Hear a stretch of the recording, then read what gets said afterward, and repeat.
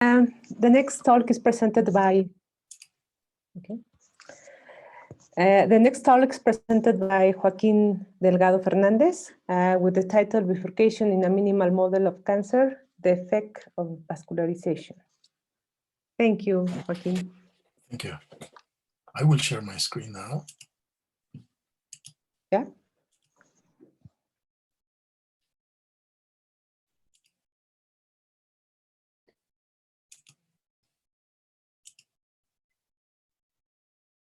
Excuse me.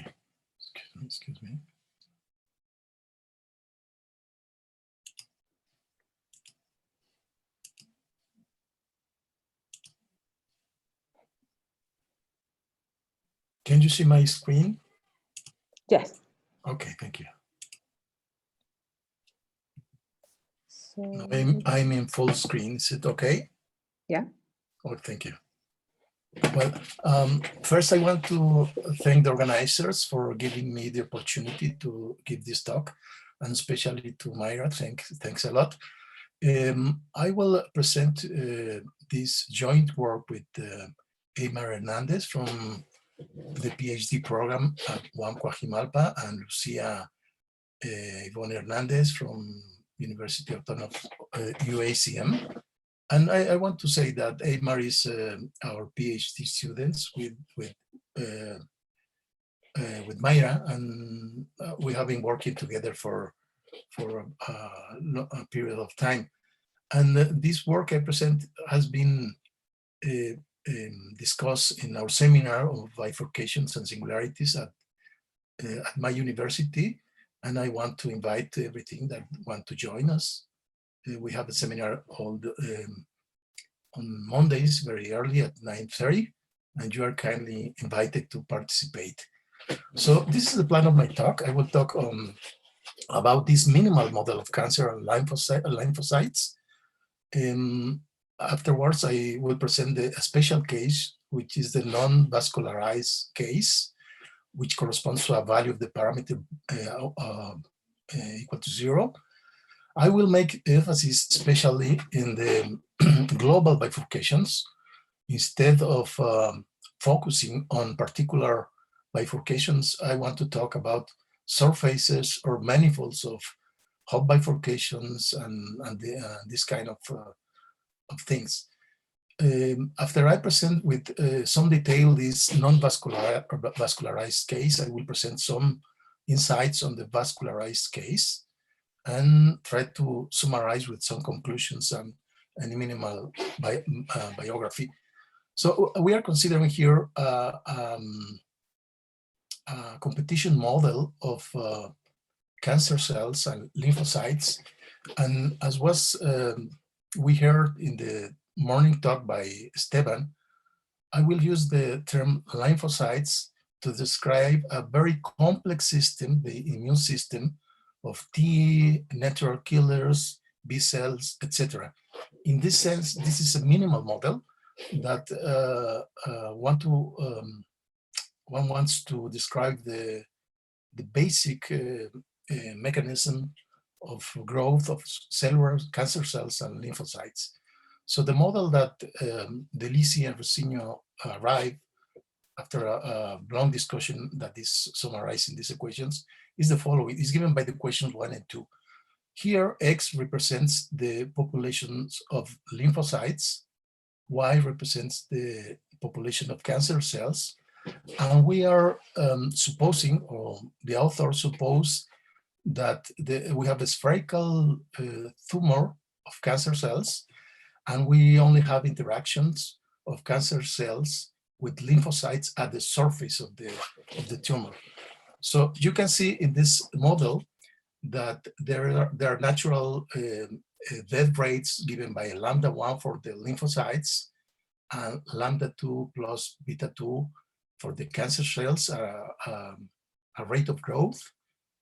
We have here a mixed terms, which include a logistic term in the growth of lymphocytes and a cross product involving the interaction among cancer cells and lymphocytes. You see here the fractional power of 2/3 due to the allometric growth supposed in the so the tumor always keeps the spherical growth. In this sense, this is a minimal model, and what we want to describe here is the global dynamics of this particular model. Here, of course, beta 1 and beta 2 represent the net effect of vascularization. Recall that vascularization means that angiogenesis is developed after the tumor grows so much that it needs more nutrients to keep growing. So in this minimal model, the vascularization is represented by these two parameters, beta 1, that decrease the growth rate of lymphocytes, and here it increases the growth rate of cancer cells. So the problem with this system, due to this fractional power, as we learn from basic courses in ODEs, is that you don't have smooth solutions or unique solutions for y = 0. And we want to study exactly these situations when y, the number of cancer cells, could be eliminated to be 0. So we make this trick. We perform a change of variables given by u equals to y to the 1/3. This is the population of cancer cells. And we reparameterize the time by this change of time, dt over dt bar equals 1 plus x. And after this reparameterization, we have a new system which is equivalent outside the y = 0 axis, which has a polynomial form that we want to exploit.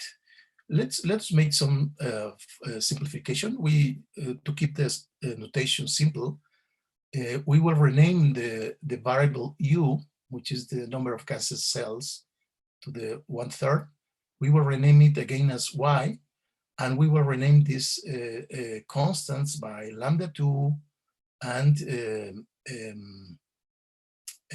so we only have one parameter due to vascularization in this parameter beta 1. So our main purpose is to study this system in the plane with several parameters, the lambda 1 and lambda 2 that are growth, death, and growth rates of lymphocytes and cancer cells. These terms describe alpha 1 and alpha 2. They describe the interaction of cancer cells and lymphocytes, and beta 1 that describes vascularization. So in order to study this problem, we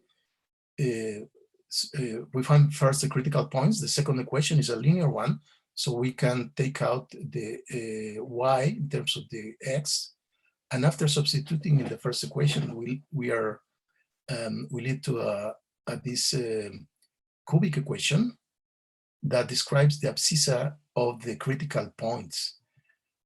Notice that in the we have a combination of parameters that will be very useful in what follows, and we will rename this combination of parameters by psi. Also, we will rename the quotient of these row rates, which are positive, lambda 2 over lambda 1 by lambda. And the first thing we want to do is to describe the critical points, and we will do this by describing the abscissa of the critical points in terms of two parameters, psi and xy, in terms of this surface of catastrophe. What this means is that we have two parameters here, psi and xc, which is the saturation level of lymphocytes, and here we have the abscissa of the critical points. So we have a simple picture to count the number of critical points. We give a point here in the space of parameters. We draw a vertical line and intersect the surface of critical points and parameters.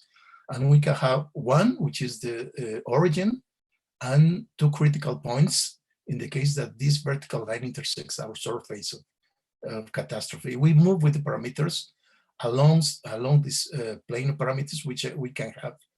We may have one critical point, two along this folding of the surface, or 3 points, the origin and these two critical points. So this is a very, the first description of critical points. We stress that we are emphasizing not in the computation, local computation of critical points, but in the global behavior with respect to parameters. The first thing to mention is that Liu and collaborators describe the set of saddle node bifurcations in the space of parameters lambda 1, lambda 2, and alpha 1, alpha 2, xc, and they give explicit expressions for the saddle node bifurcations. For this particular value of lambda, remember lambda is lambda 2 over lambda 2, we have a Bogdanov-Takis bifurcation with all its implications. So these were results proved by Liu et al. For the non-vascularized case. I forgot to say that in what follows, I will be talking about the non-vascularized case. And here's the first results obtained by Liu et al. Here we add a description of the hub and symmetric saddle bifurcation surface. I want to mention just an idea of the kind of computations, since we are not computing individual critical points, but instead surface of bifurcations. What we do is we take the two polynomial, the right-hand sides of our polynomials of our ODE, which are polynomials, and we want to solve the hypothesis that define, for example, a hub bifurcation. Then we impose the conditions that the trace, which is also polynomial in the variables, and the zeros of the vector field have to have common solutions. And this is precisely the tool that we the tool that we use is the resultants of polynomials, that we will talk about this a little bit later. We also describe the set of Boutin bifurcations. Boutin bifurcations are also called generalized hub bifurcations, where you can have multiple limit cycles bifurcating from a hub bifurcation. In simple terms, a local bifurcation, Bogdanov-Takis bifurcations, after a change of parameters, has this bifurcation diagram. So you find Bogdanov-Takis bifurcation is a codimension 2 bifurcation that has one codimension bifurcations given by hub bifurcations given by this line in green.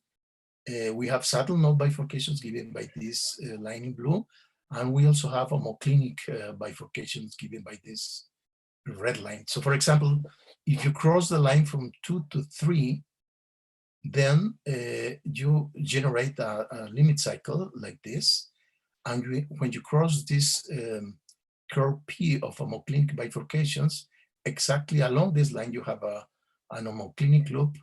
And afterwards, you have a breakup of the homoclinic. So we have this is known. So what we have computed is the set of parameters where this kind of bifurcation happens. Boutin bifurcation, as I said, has also a local bifurcation map. We also, after a change of parameters and reparameterizations and things like that, we have a local qualitative description of Boutin bifurcations.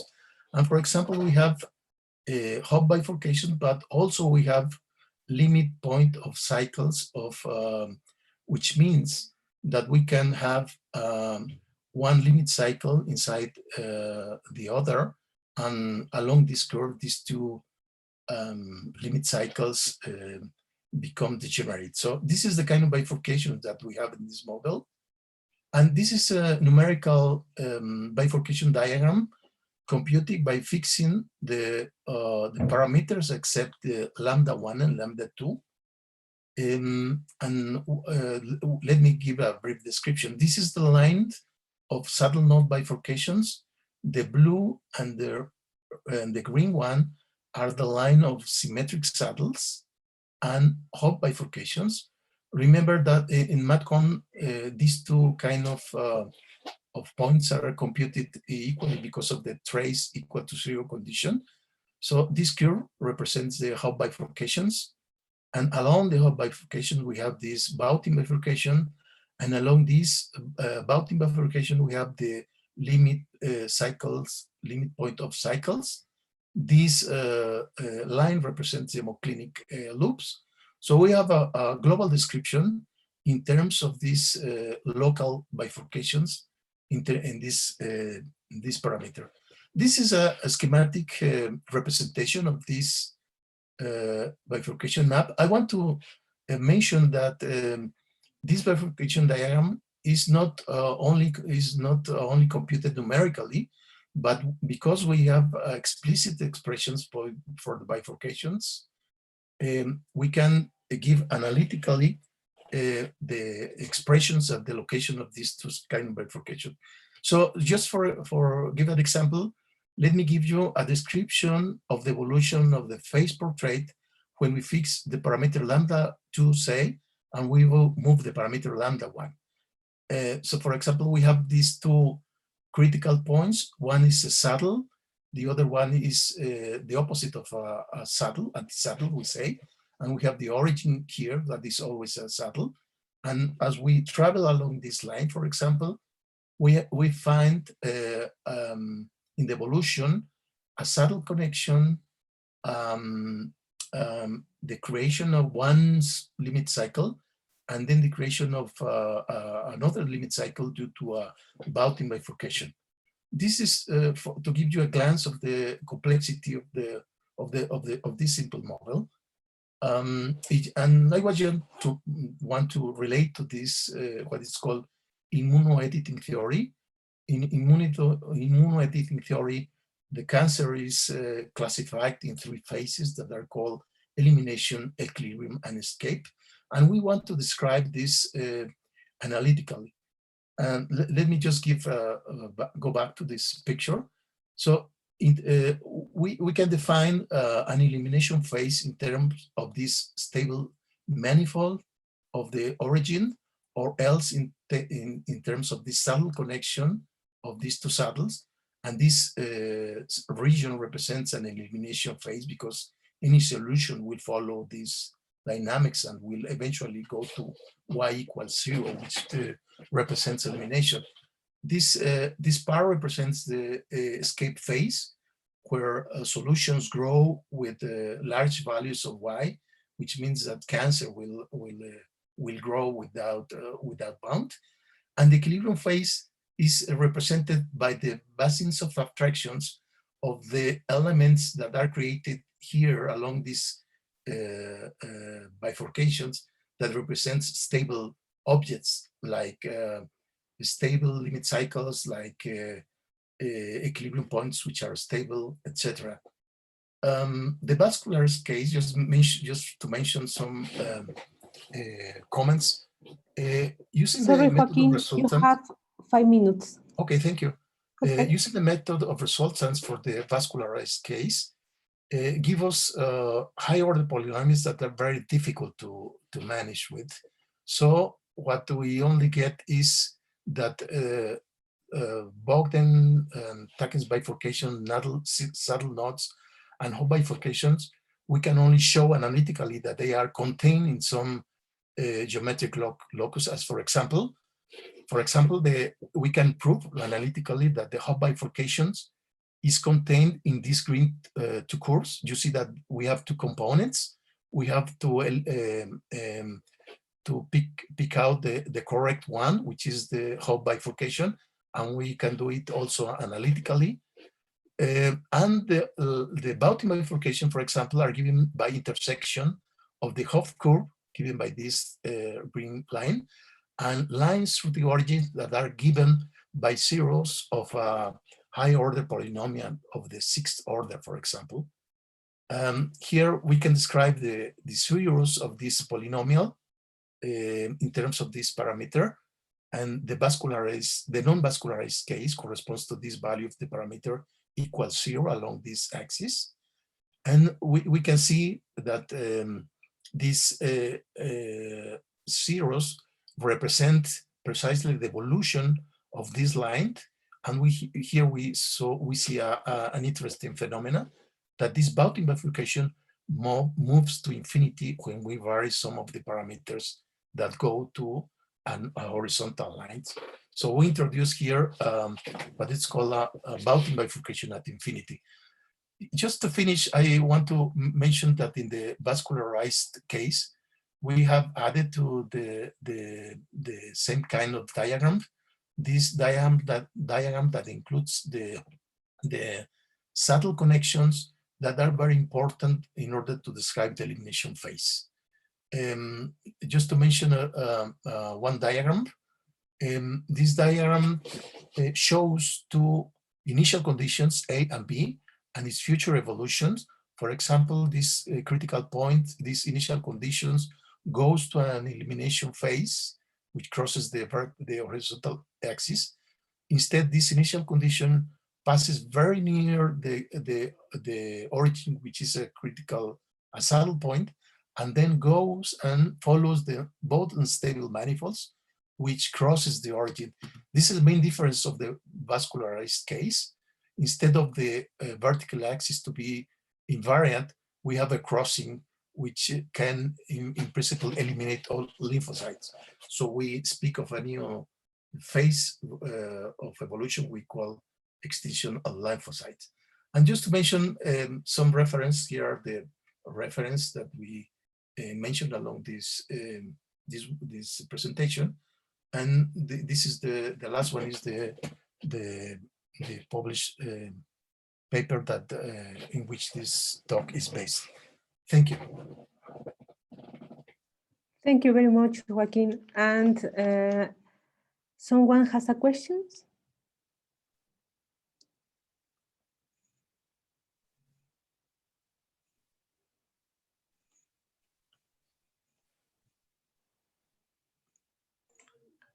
May I ask a question?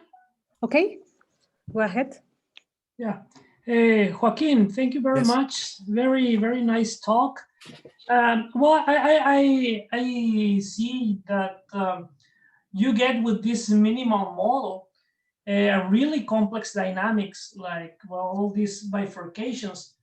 And of course, we will expect something even more complex if we consider much more variables involved in the problem. But within all these structures, what will be like the most observed in reality? Like, you observe basically just fixed points and oscillations. Are oscillations like a phenomenon that you will expect in the problem? Well, it's very difficult to say that, because from the point of view of a doctor, you don't wait for a patient to have a terminal phase of cancer. So most of the time, the patient is have some treatment. So the point here is that if we start to understand the basic, the more elementary behavior of cancer, as you know, there are treatments that includes immunization by some kind of special cells or substances that are based on lymphocytes. So you can propose some special treatments. So it's not so easy to answer your questions. Maybe Mayra has been making some studies on the treatment of some strategies of treatment of the immunology type. Oh, thank you very much, Joaquin. Thank you. I know it is not an easy question, but well, thank you anyways. Yeah, good. Okay, Joaquin, I have another questions, but in the word the bounding bifurcation determines another type of equilibrium, where the double limit cycles occur, and therefore with this diagram of the biting bifurcation can be characterized as the equilibrium phase in the immunization theory. This is the same? Yes, indeed. Yes, what the biting bifurcation gives you is that you can have a kind of equilibrium, but with some long-term periodic oscillations. But if you move a little bit of your initial condition, this can grow up and go to the escape phase. So what I didn't mention here is that you can also have initial conditions that are very nearby, but one can go to the elimination phase or to the equilibrium phase. Or also you can have nearby initial conditions that go to the equilibrium phase, but also to the escape phase. But what this model teaches is that we also have some kind of instability with respect to initial conditions that are given by some boundaries that Basikins call dangerous boundaries. So understanding of these dangerous boundaries is essential to keep the parameters far apart from these dangerous boundaries. Okay, thank you. Thank you, Joaquin. So any questions? Some has another questions? Okay. Thank you very much. Thank you, Joaquin. Interesting work. And now the next